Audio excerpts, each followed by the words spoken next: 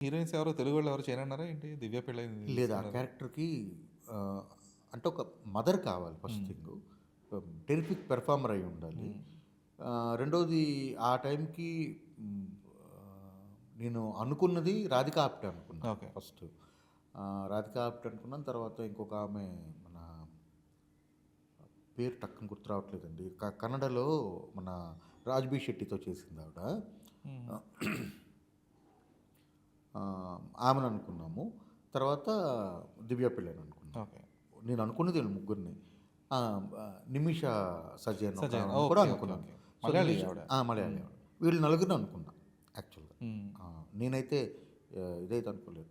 Okay. ఎందుకంటే నాకు ఇప్పుడు ఇక్కడ చేయడానికి ఉన్నారు మనకి హీరోయిన్స్ ఉన్నారు.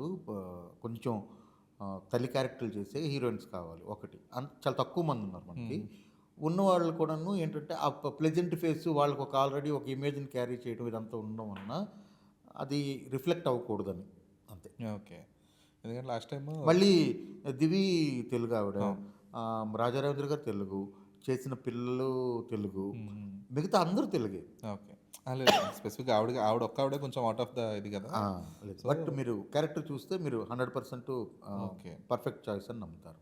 లేదు. ఆవిడ యాక్టింగ్ విషయంలో అసలు డౌట్ లేదు. యాక్టింగ్ గురించి కాదు. అంటే, చాయిస్ అంటే వైస్ గూడా మీకెందుకంటే మీకు తెలుగులో లేరులే అన్నట్టుగానే అనిపిస్తది. తెలుగులో యాక్టర్స్ లేకని కాదు.